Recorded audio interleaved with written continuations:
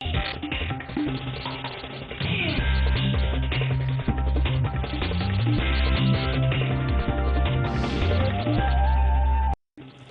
रात के 10 बज रहे हैं। 24 घंटे 24 रिपोर्टर के साथ हाजिर हूं मैं रुमाना इसार खान।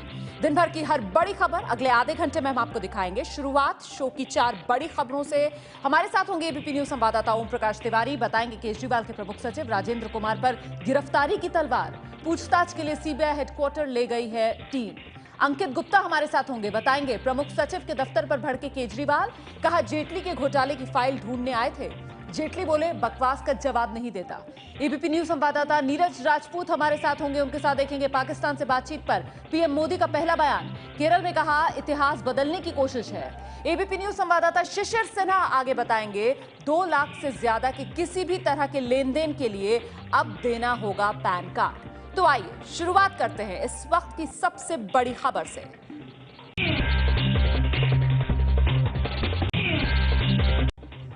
देश की राजनीति चलती है दिल्ली से, और दिल्ली में राजनीति का पारा ठंड में भी चढ़ा हुआ है। वजह कि मुख्यमंत्री अरविंद केजरीवाल का मोदी सरकार से नया टकराव जो सामने आया। सीबीआई ने केजरीवाल के प्रधान सचिव राजेंद्र कुमार के दफ्तर में भ्रष्टाचार के मामले में छापे मारे, तो केजरीवाल ने सीधे सीधे इसे अपने ऊपर हमला करार दे दिया। और इस वक्त की बड़ी खबर, केजरीवाल के प्रधान सचिव राजेंद्र की गिरफ्तारी संभव है। राजेंद्र कुमार से सीबीआई हेडक्वार्टर में फिलहाल पूछताछ चल रही है। राजेंद्र बहाना है, निशाना केजरीवाल पर है। खुद केजरीवाल की तरफ से यह हमला बोला गया है मोदी सरकार पर। छापा केजरीवाल पर नहीं, केजरीवाल माफी मांगे, बीजेपी ये कह रही है। मेरे शब्द खराब हैं, तुम्हारे कर्म फूटे, माफी नहीं मांगूंगा अरविंद केजरीवाल का बीजेपी सरकार को ये पलटवार। और फिलहाल एबीपी न्यूज संवाददाता ओम प्रकाश तिवारी हमारे साथ मौजूद है। ओम प्रकाश, क्या जानकारी मिल पा रही है कि गिरफ्तारी मुमकिन है रात में ही राजेंद्र कुमार की? रोमाना, राजेंद्र कुमार से लगातार सीबीआई पूछताछ कर रही है, उनके ईमेल्स के बारे में और तमाम दूसरी चीजों के बारे में जो ड्यूरिंग द इन्वेस्टिगेशन एविडेंस के तौर पर सामने आई हैं। लेकिन सीबीआई सूत्रों का कहना है कि राजेंद्र कुमार फिलहाल अभी तक कोई कोऑपरेटिव रवैया नहीं अपना रहे हैं, जिसको लेकर सीबीआई के अधिकारी खासे परेशान हैं। अब ये डिपेंड करता है जांच अधिकारी के ऊपर कि वो राजेंद्र कुमार के इस रवैये को किस रूप में ले। इसीलिए माना जा रहा है कि अगर उनका ये रवैया जारी रहा तो सीबीआई देर रात उन्हें गिरफ्तार भी कर सकती है। रोमाना जी, बहुत बहुत शुक्रिया फिलहाल इस तमाम जानकारी के लिए। और आइए अब आपको सिलसिलेवार ढंग से ओम प्रकाश तिवारी की रिपोर्ट दिखा देते हैं कि आखिरकार किस तरीके से ये सियासी संग्राम सीबीआई के इस छापे के बाद दिल्ली में देखने के लिए मिला। दिल्ली के सीएम अरविंद केजरीवाल के प्रमुख सचिव राजेंद्र कुमार के दफ्तर और घर पर छापे को लेकर घमासान। राजेंद्र पर निजी कंपनियों को फायदा पहुंचाने का आरोप। सीबीआई की टीम ने सुबह करीब 9:30 बजे दिल्ली सचिवालय की इसी बिल्डिंग में राजेंद्र कुमार के दफ्तर पर छापा मारा। सीबीआई के अधिकारी तीसरी मंजिल पर पहुंचे। इसी फ्लोर पर दिल्ली के मुख्यमंत्री अरविंद केजरीवाल का दफ्तर है, उनके ठीक बगल में उनके प्रधान सचिव राजेंद्र कुमार का दफ्तर है। छापे के बाद राजेंद्र कुमार के दफ्तर को सील कर दिया गया। सीबीआई ने राजेंद्र कुमार के खिलाफ पद का दुरुपयोग करते हुए एक निजी कंपनी को फायदा पहुंचाने के आरोप में केस दर्ज किया है। सीबीआई ने इस केस में राजेंद्र कुमार समेत 6 लोगों को आरोपी बनाया है। सीबीआई ने एक फर्म एंडवर्स सिस्टम लिमिटेड नाम की कंपनी को भी आरोपी बनाया है। सीबीआई ने राजेंद्र कुमार के घर समेत दिल्ली और यूपी के 14 ठिकानों पर छापे मारे। सीबीआई ने राजेंद्र कुमार के घर 3 प्रॉपर्टी के दस्तावेजों के अलावा 2,40,000 रुपए जब्त किए, जबकि मामले में दूसरे आरोपी जीके नंदा के ठिकाने से सीबीआई ने 10.5 लाख रुपए बरामद किए। इन पर आरोप है कि इन्होंने वर्ष 2007 से 2014 के दौरान दिल्ली सरकार के ठेके एक प्राइवेट फर्म को आवंटित करने में अपनी आधिकारिक स्थिति का दुरुपयोग किया। अब राजेंद्र कुमार पर गिरफ्तारी की तलवार लटकी है। इस दौरान अरविंद केजरीवाल सरकार में प्रधान सचिव राजेंद्र कुमार के दिल्ली सचिवालय स्थित कार्यालय पर चल रही थी सीबीआई की छापेमारी। आपका अपना चैनल एबीपी न्यूज पहुंचा दिल्ली सचिवालय के अंदर। एबीपी न्यूज जब सचिवालय के अंदर पहुंचा तब सीएम कार्यालय बंद था। वहीं सीएम कार्यालय के दाहिनी तरफ राजेंद्र कुमार के कमरे में सीबीआई के कुछ अधिकारी फाइलों को खंगाल रहे थे, जबकि कुछ अधिकारी कमरे के बाहर मौजूद थे। इस दौरान कुछ लोगों से पूछताछ करने की बात भी हो रही थी। बाहर मौजूद अधिकारी के पास वायरलेस सेट और एक के पास चाबियों का गुच्छा भी था। सीबीआई की छापेमारी के दौरान मुख्यमंत्री कार्यालय वाले तल यानी कि तीसरे फ्लोर पर भले ही कोई काम ना हो रहा हो, लेकिन बाकी सभी तलों पर रोजाना की तरह ही कामकाज चल रहा था। छापे के बाद केजरीवाल ने प्रधानमंत्री मोदी को कायर और मनोरोगी बताया। बीजेपी ने कहा भ्रष्टाचारी को बचाने वाले केजरीवाल माफी मांगे। दिल्ली के सीएम अरविंद केजरीवाल ने अपने प्रधान सचिव राजेंद्र कुमार के ठिकानों पर छापे को लेकर सीधा प्रधानमंत्री मोदी पर निशाना साधा है। केजरीवाल ने ट्वीट किया है, 2002 में शीला दीक्षित के भ्रष्टाचार के मामले में 2015 में केजरीवाल पर सीबीआई की रेड। वाह वाह मोदी जी। पीएम मोदी पर निशाना साधने में केजरीवाल यही नहीं रुके, उन्होंने ट्वीट करके कहा कि प्रधानमंत्री मोदी कायर हैं और मनोरोगी हैं। मैं मानता हूं कि उन्हें इस तरह की शब्दावली का प्रयोग नहीं करना चाहिए। तो आपको अपने शब्दों पर जो जिन शब्दों का इस्तेमाल आप प्रधानमंत्री जी के लिए कर रहे हैं, आपको खेद प्रकट करना चाहिए और आपको माफी मांगनी चाहिए। अरविंद केजरीवाल का कहना है कि मोदी दिल्ली सरकार पर इमरजेंसी थोप रहे हैं, जबकि बीजेपी का कहना है कि अरविंद केजरीवाल बताएं कि वो एक भ्रष्टाचारी को क्यों बचा रहे हैं। केजरीवाल के प्रमुख सचिव के दफ्तर और घर पर पड़े छापों पर वित्त मंत्री अरुण जेटली ने राज्यसभा में दी सफाई। कहा, छापे केजरीवाल पर नहीं। The Chief Minister of Delhi, his office has not been raided. The raid has nothing to do with Mr. Arvind Kejriwal. संसद में आज केजरीवाल के दफ्तर पर सीबीआई छापों को लेकर जबरदस्त हंगामा हुआ। इस वजह से आज भी संसद में ज्यादा काम नहीं हो पाया। प्रधान सचिव राजेंद्र कुमार के कार्यालय पर हुई सीबीआई की छापेमारी से नाराज मुख्यमंत्री अरविंद केजरीवाल ने वित्त मंत्री अरुण जेटली पर साधा निशाना। सीबीआई आज मेरे दफ्तर में क्यों आई है, कौन सी फाइल ढूंढ रही है, ये मेरे को बताना जरूरी हो गया है। कौन सी फाइल ढूंढने के लिए आए हैं सीबीआई वाले? ये फाइल है डीडीसीए की फाइल, जिसके अंदर अरुण जेटली फंस रहे हैं। अरुण जेटली पिछले कई सालों से प्रेसिडेंट है डीडीसीए के, और डीडीसीए के अंदर जितना भ्रष्टाचार हुआ है अरुण जेटली के रहते हुए, उसकी मैंने जांच कमेटी बिठाई थी, उसकी रिपोर्ट आ गई है और उसके ऊपर अब कमीशन ऑफ इंक्वायरी बैठने वाला था, जिसकी फाइल मेरे दफ्तर के अंदर। उनको अरुण जेटली जी की फाइल ढूंढने के लिए आए थे। His morning statement appeared to be prima facie incorrect, but the evening one seems to be absolute rubbish, and I don't think I need to respond to rubbish.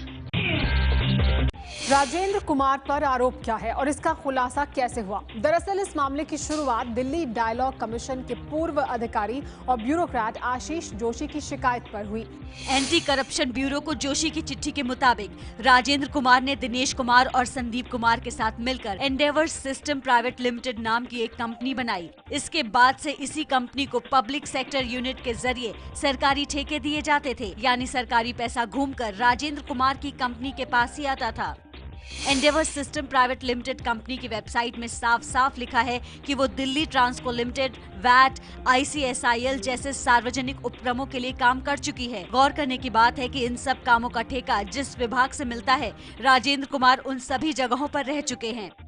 CBI के मुताबिक 2007 से 2014 के बीच ICSIL के जरिए राजेंद्र की कंपनी एंडेवर्स को 9.5 करोड़ का ठेका दिया गया। ICSIL टेलीकम्युनिकेशंस के क्षेत्र में काम करती है और राजेंद्र कुमार दिल्ली सरकार के IT विभाग के सचिव रह चुके हैं। राजेंद्र कुमार दिल्ली ट्रांसको लिमिटेड के चेयरमैन भी रह चुके हैं। सीबीआई के मुताबिक उस दौरान उनकी कंपनी एंडेवर्स को 40 लाख का कॉन्ट्रैक्ट दिया गया। इसी तरह 2010 में स्वास्थ्य सचिव रहते हुए राजेंद्र कुमार ने ICSIL के जरिए एंडेवर्स को 2 करोड़ 43 लाख रुपए का ठेका दिलवाया। सीबीआई के मुताबिक IT के सचिव रहते हुए राजेंद्र कुमार ने करीब 45 लाख रुपए का ठेका दिलवाया। और यही नहीं, सीबीआई के मुताबिक फरवरी 2014 में 49 दिनों की केजरीवाल सरकार के सचिव रहते हुए भी राजेंद्र कुमार ने दिल्ली जल बोर्ड के लिए 2 करोड़ 46 लाख रुपए का का मंजूर किया, जिसे जून 2014 में उनकी कंपनी एंडेवर्स को दे दिया गया। जिस राजेंद्र कुमार को लेकर इतना हंगामा हो रहा है, उनका दिल्ली के सीएम अरविंद केजरीवाल के साथ क्या कनेक्शन रहा है? आपको बताते हैं कि आखिर क्यों राजेंद्र कुमार केजरीवाल के इतने करीबी हैं। सीबीआई छापे के दौरान अपने घर के लॉन में बैठे यही हैं दिल्ली के मुख्यमंत्री अरविंद केजरीवाल के प्रधान सचिव राजेंद्र कुमार। माना जाता है कि राजेंद्र कुमार दिल्ली के मुख्यमंत्री अरविंद केजरीवाल के सबसे भरोसेमंद और प्रिय नौकरशाहों में से हैं। इस बात का अंदाजा आप इस बात से लगा सकते हैं कि केजरीवाल ने अपने 49 दिनों की सरकार में भी राजेंद्र कुमार को ही अपना प्रधान सचिव बनाया था। इतना ही नहीं, राजेंद्र कुमार की नियुक्ति को लेकर केजरीवाल दिल्ली के लेफ्टिनेंट गवर्नर नजीब जंग से भी भिड़ गए थे। केजरीवाल ने LG की अनदेखी करते हुए राजेंद्र कुमार को अपना सचिव बनाया था। दिल्ली के मुख्यमंत्री अरविंद केजरीवाल की तरह ही IAS राजेंद्र कुमार भी IIT पास आउट हैं। 1989 बैच के IAS officer Rajendra Kumar CNG fitness घोटाले में भी आरोपों के घेरे में हैं।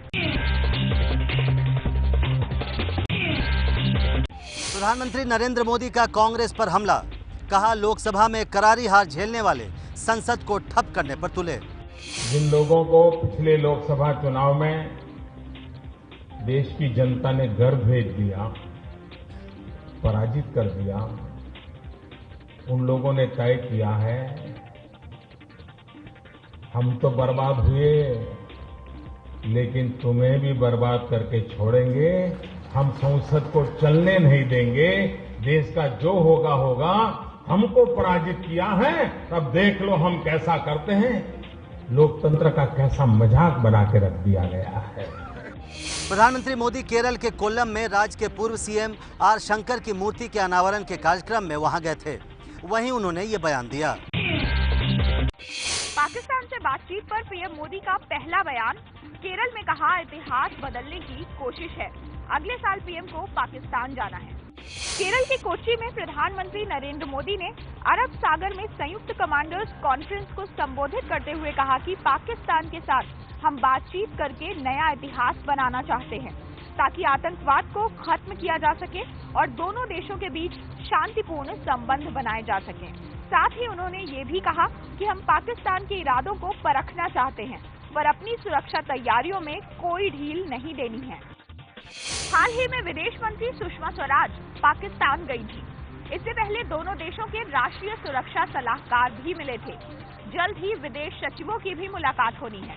साफ है कि रिश्ते बदलने की पूरी कोशिश हो रही है। तो अगले साल सार्क समिट में हिस्सा लेने प्रधानमंत्री मोदी पाकिस्तान जाने वाले हैं। अब देखना होगा वहां होगा क्या। अब खबर आपके काम की। सरकार ने 2 लाख रुपए से ज्यादा के लेन देन पर पैन कार्ड जरूरी कर दिया है।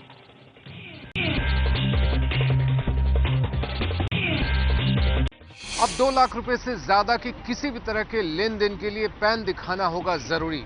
काले धन पर लगाम लगाने के लिए सरकार ने उठाए नए कदम। मोदी सरकार काले धन को रोकने के लिए पैन कार्ड का इस्तेमाल और बढ़ा रही है। सरकार का कहना है कि 2 लाख या उससे ज्यादा का सामान या सेवा लेने पर पैन नंबर देना जरूरी होगा। ट्रांजैक्शन चाहे कैश के जरिए हो, चेक के जरिए हो या फिर कार्ड के जरिए हो। जनधन अकाउंट के अलावा अब कोई भी बैंक अकाउंट खुलवाने के लिए पैन कार्ड जरूरी होगा। अगर आप होटल बिल पर या विदेश यात्रा पर 50,000 रुपए या उससे ज्यादा नगद में खर्च करते हैं तो भी पैन नंबर बताना जरूरी होगा। ये भी कहा गया है कि 50,000 रुपए से ज्यादा के टर्म डिपॉजिट और 5 लाख के टोटल टर्म डिपॉजिट के लिए पैन कार्ड जरूरी होगा। कैश कार्ड और गिफ्ट कार्ड पर भी 50,000 रुपए से ज्यादा के खर्च पर पैन देना जरूरी होगा। पैन कार्ड से जुड़े ये सभी नियम 1 जनवरी 2016 से लागू होंगे। दिल्ली में डीजल गाड़ियों पर लग सकता है ब्रेक, सुप्रीम कोर्ट ने दिए कड़े कदम के संकेत। दिल्ली में प्रदूषण को लेकर सुनवाई के दौरान सुप्रीम कोर्ट ने कहा कि दिल्ली एनसीआर में बाहर से आने वाले कमर्शियल वाहनों से लिया जाने वाला ग्रीन टैक्स अब 700 से बढ़ाकर 1400 रुपए और 1300 रुपए वाला टैक्स 2600 रुपए किया जा सकता है। इसके अलावा 2000 सीसी से ऊपर की डीजल गाड़ियों का रजिस्ट्रेशन भी दिल्ली में कुछ समय के लिए बंद किया जा सकता है। दिल्ली में प्रदूषण पर सुप्रीम कोर्ट अंतरिम आदेश कल देगा। पेट्रोल 50 पैसे और डीजल 46 पैसे सस्ता किया गया। उम्मीद से काफी कम सस्ता हुआ पेट्रोल और डीजल। अंतर्राष्ट्रीय बाजार में फिलहाल कच्चा तेल 11 साल के सबसे निचले स्तर पर मिल रहा है। इस हिसाब से तो पेट्रोल के दाम 3 से 4 रुपए घटने चाहिए थे, लेकिन ऐसा इसलिए नहीं हो सका क्योंकि डॉलर के मुकाबले रुपया गिर गया और डॉलर 67 रुपए का हो गया। लेकिन दूसरी बड़ी बात यह है कि सरकार पेट्रोल पर 1.5 से 2 रुपए एक्साइज ड्यूटी फिर बढ़ाने वाली है। यानी 2 रुपए जो आपकी जेब में जाने थे उसमें से सरकार रख लेगी 1.5 रुपया और आपको थमा देगी 98। दिल्ली में अब 1 लीटर पेट्रोल की कीमत होगी 59 रुपए 46 पैसे। वहीं डीजल के लिए चुकाने होंगे 46 रुपए 9 पैसे। आर्टिस्ट हेमा उपाध्याय हत्या के मामले में मुंबई पुलिस ने 3 और आरोपियों को गिरफ्तार किया।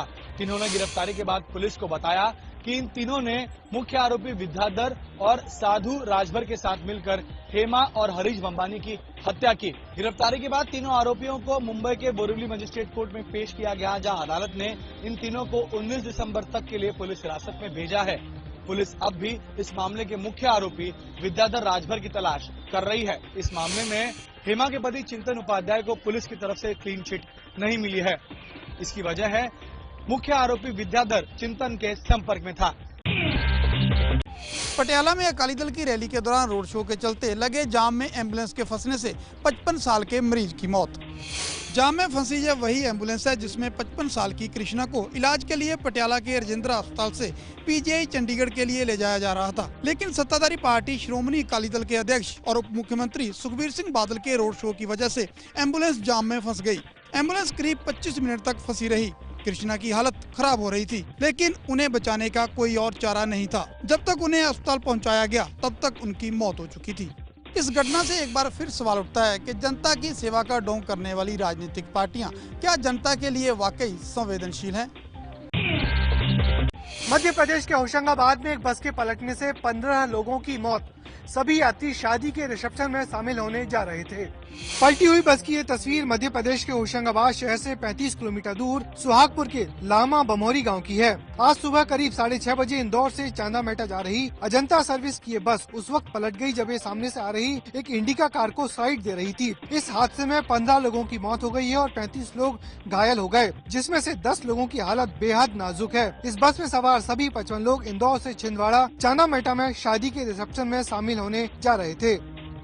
हादसे के बाद मध्य प्रदेश के मुख्यमंत्री शिवराज सिंह चौहान ने मृतकों के परिजनों को 1.5 लाख रुपए का मुआवजा देने का ऐलान किया है। 24 घंटे 24 रिपोर्टर देख रहे हैं आप। अब तक जिन खबरों पर हमने नजर डाली, केजरीवाल के प्रधान सचिव की गिरफ्तारी संभव है। पाकिस्तान से इतिहास बदलने की कोशिश प्रधानमंत्री नरेंद्र मोदी की तरफ से कहा गया है और 2 लाख रुपए के लेन देन पर अब पैन कार्ड जरूरी। अब अगली बड़ी खबर।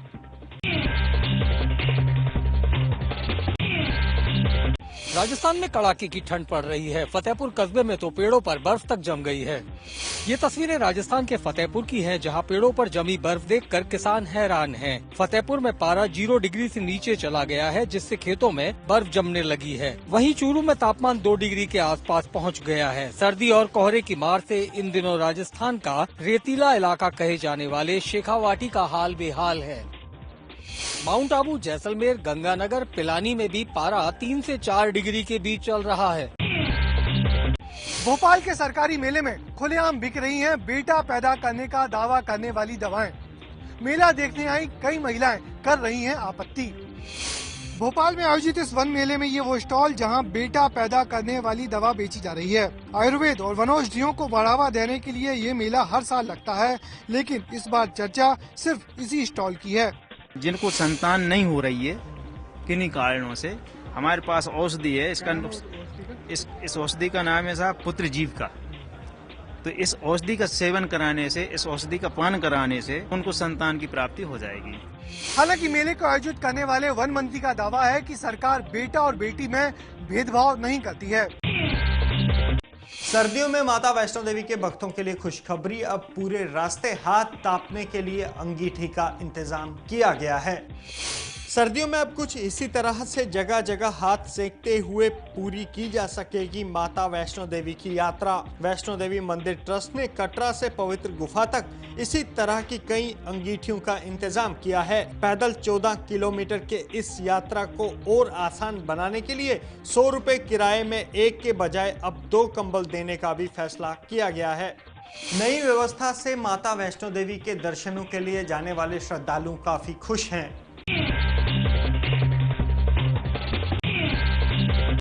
आईपीएल के 9वें सीजन के लिए महेंद्र सिंह धोनी को पुणे की टीम ने 12.5 करोड़ में खरीदा, तो राजकोट टीम के हुए सुरेश रैना।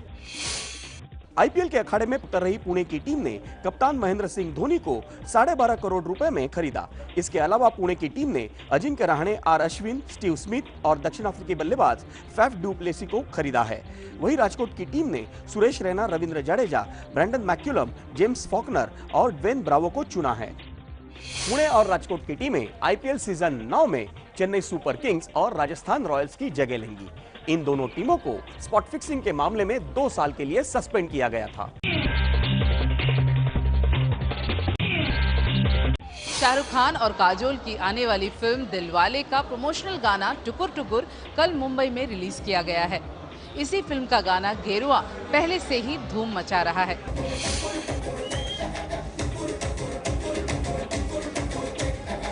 इस दौरान फिल्म के सभी सितारे शाहरुख, काजोल, वरुण धवन और कृति सेनन गाने पर जमकर थिरके।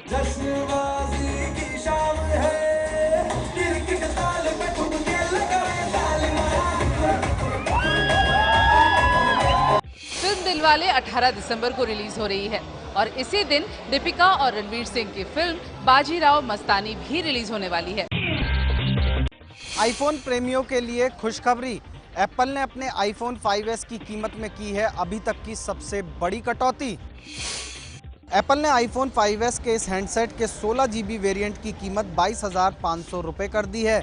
ये फ़ोन फ्लिपकार्ट पर 21,948 रुपये में और अमेज़न और स्नैपडील पर 21,499 रुपये में मिल रहा है। एप्पल की ऑनलाइन रिटेलर वेबसाइट इन्फीबीम पर यह फ़ोन महज 21,899 रुपये में मिल रहा है। आईफोन के सबसे लेटेस्ट वेरिएंट 6 और 6S की कीमत लगभग 50,000 रुपये है। ABP breaking news.